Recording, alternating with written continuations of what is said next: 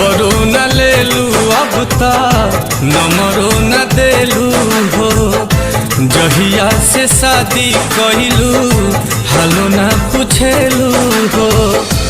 सही सतैबू काहे जान चन चन कहत रही सचहू में चान भइलू मुँहले पयबू काहे जान।